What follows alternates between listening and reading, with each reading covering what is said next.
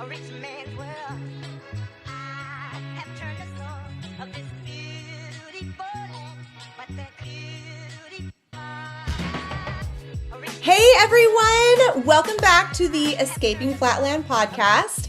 Every week we help North Dallas small business owners take the stress out of marketing and sometimes a whole lot more. I am your host. I'm Kaeli Joy, and today we are diving into a topic that every business owner wishes they had more time for, but rarely do, and that is managing the nitty-gritty of taxes, accounting, HR, and all those behind-the-scenes essentials that keep a business running smoothly. So here's the twist. Our guest today doesn't just have the expertise to help you with that. She is a powerhouse business owner herself. So joining me today is Aida Rosado, the founder of Opulent Business Solutions.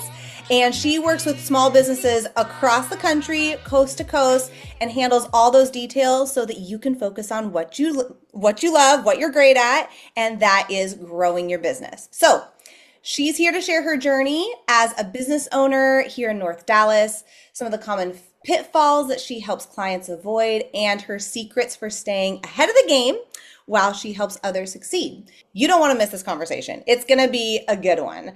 It's packed with inspiration, advice, and we're going to have some fun too. So grab your coffee or your ice water, whatever you've got, settle in, and let's get started.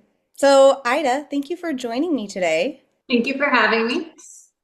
Very excited to have this conversation. This is actually our first one where it is female entrepreneurs. So very, very excited to be talking to you about all things being a women-owned business. Tell me a little bit about how you got started. How did you start Opulent Business Solutions? Well, Opulent Business Solutions is a fairly new entity. I was formerly known as Jason Company. But how did I start getting into having my own accounting firm? It all stems back to when I used to work in a company as an accountant, as a controller. I've had progressive experience throughout my whole accounting career, and just realized that I could make more if I expand myself into different businesses. Like if I can multiply myself 10, 20, 30 times somewhere else, I could potentially earn 10 times, 20 times, 30 times the salary. And so that's kind of why I started my own business. Yeah, I love that because as business owners, you're thinking a little more out of the box. Like it requires you to think less like I get paid, like I exchange time for money, and I'm here because I want to be able to keep more of the hard-earned money that I'm here for, right? Right. Is that what kind of drove you in the beginning to get this off the ground?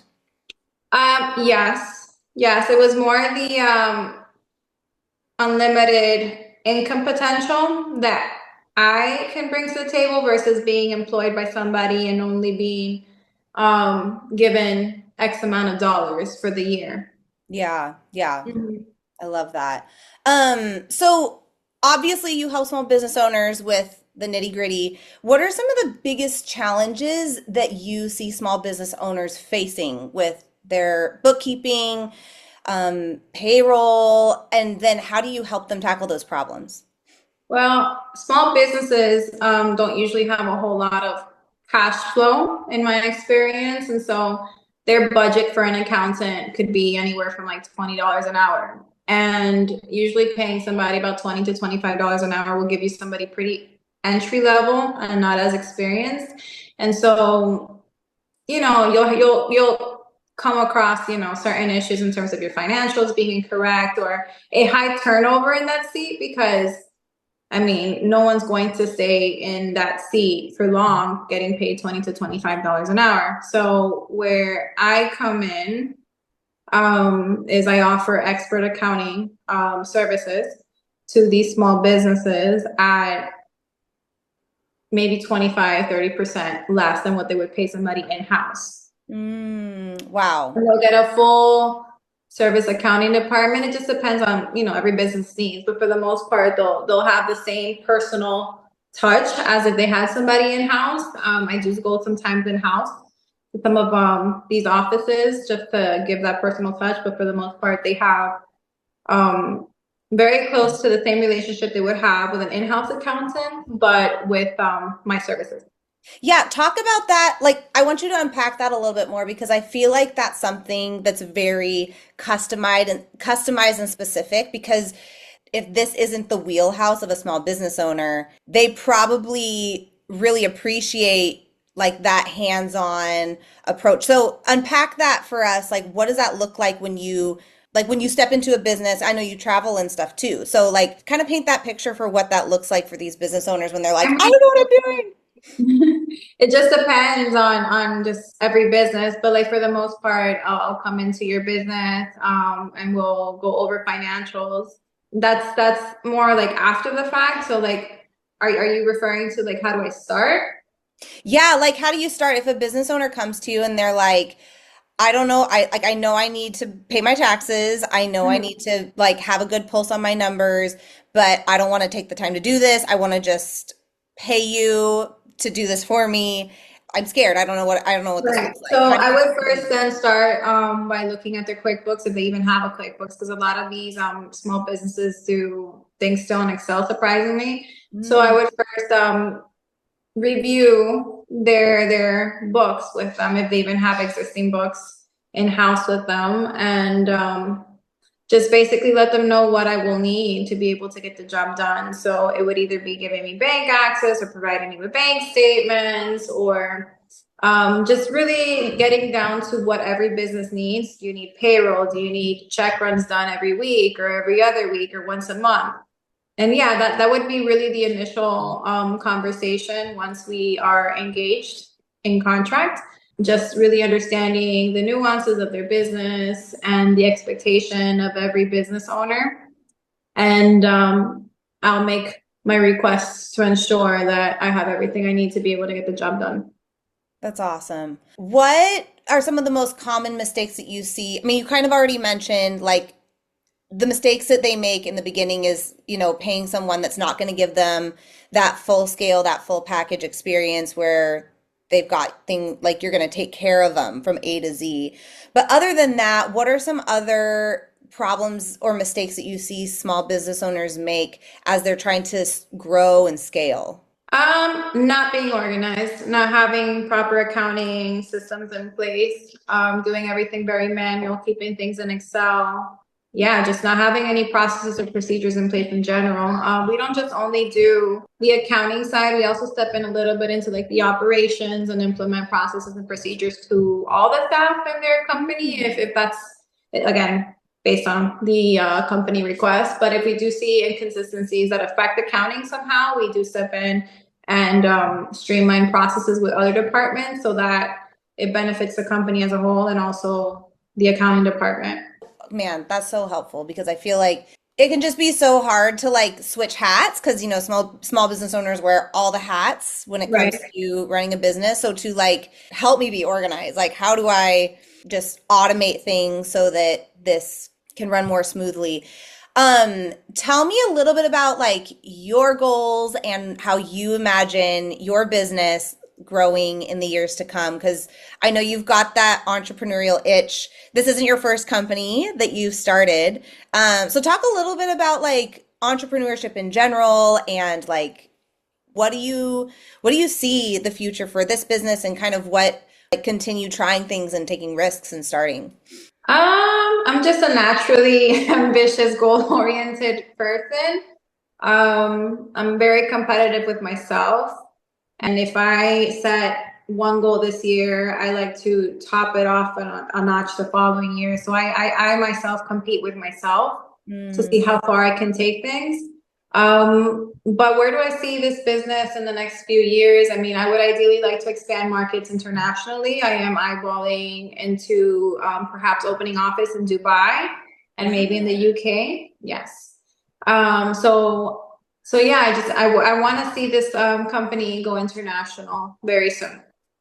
That's really cool. What about like with your family? And I know we chatted earlier about like your kids and your husband and how you guys have like other business ideas. Talk about how you're showing that to your family in the home, like being an example to your kids as, like you said, a go-getter, someone who's super goal-oriented. Like, what does it look like being a small business owner and being mom and being wife and all those things? I mean, I do see that my kids notice that I am a very ambitious and hardworking mother, and so I feel like that's somewhat inspired at least well, all of them really, even the little ones, the very even the smallest ones to the oldest ones, they want to open their own businesses as well. They're constantly looking into ways of like how they can make money, whether it is flipping things in a video game, which I couldn't believe until the other day you can make money off video games.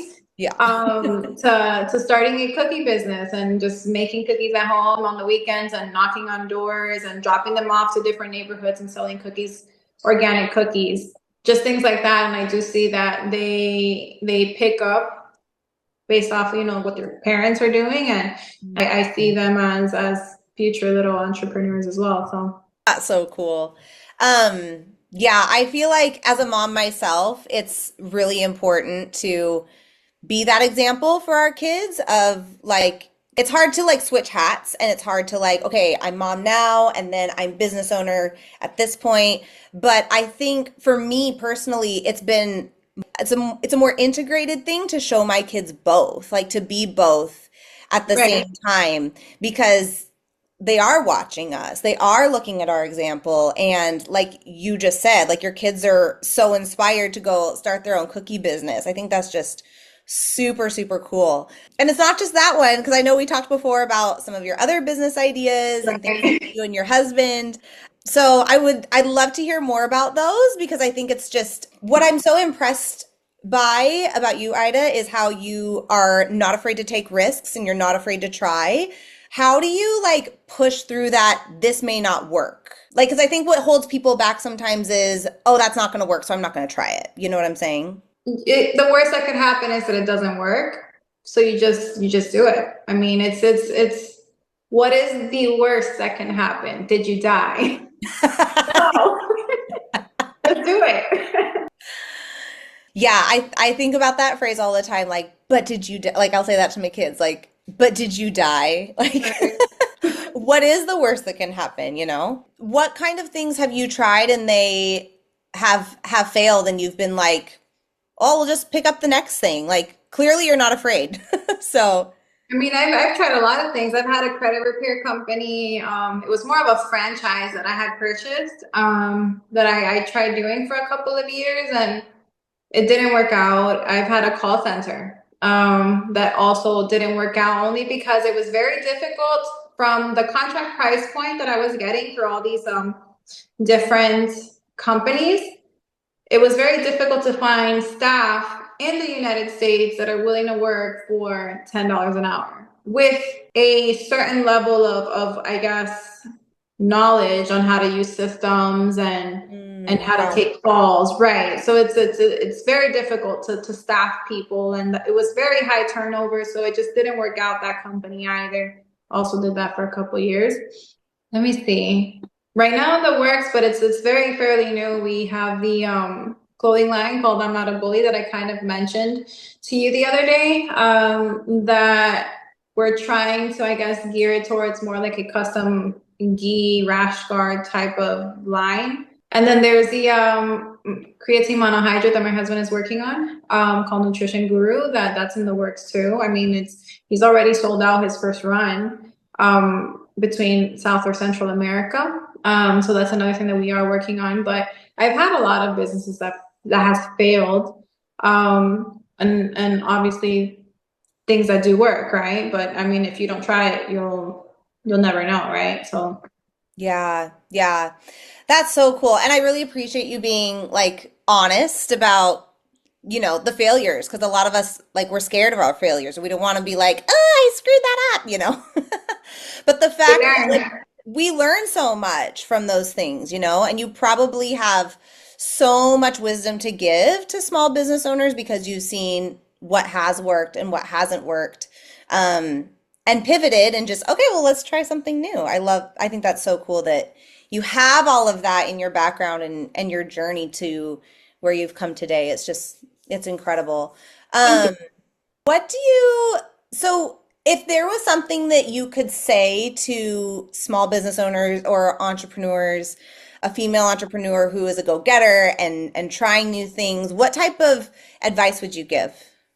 To not give up, to stay organized, and don't put limitations on yourself. Just do it. How do you pick yourself up again? It's a good question. I don't know. I I just don't take it personal. I just move Mm, on. I don't take it personal. It's everything is just life is an experience, right? I mean, you don't have to get everything perfect the first shot.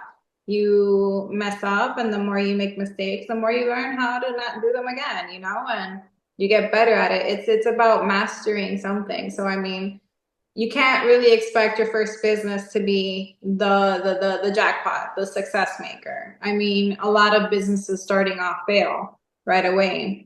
But it's just a matter of you staying positive, not taking anything personal. Don't take your failures personal. Just learn from them and move on. yes, girl, I love that. So good. So for people who would like to find you online, who either might want to pick your brain and learn more about what it's like being a woman business owner, or if they need help with their business as far as taxes, accounting, all that sort of thing, how can people find you, Ida? Well, on Instagram, it would be Opulent Tax Tips. And on our website, www.opulentbusinesssolutions.com. Awesome. Thank you so much for joining me today. It was so fun to chat with you and learn a lot about what you do, and also just find another female entrepreneur in this space. So thanks so much, Ida. Appreciate it. Thanks for having me. This was fun.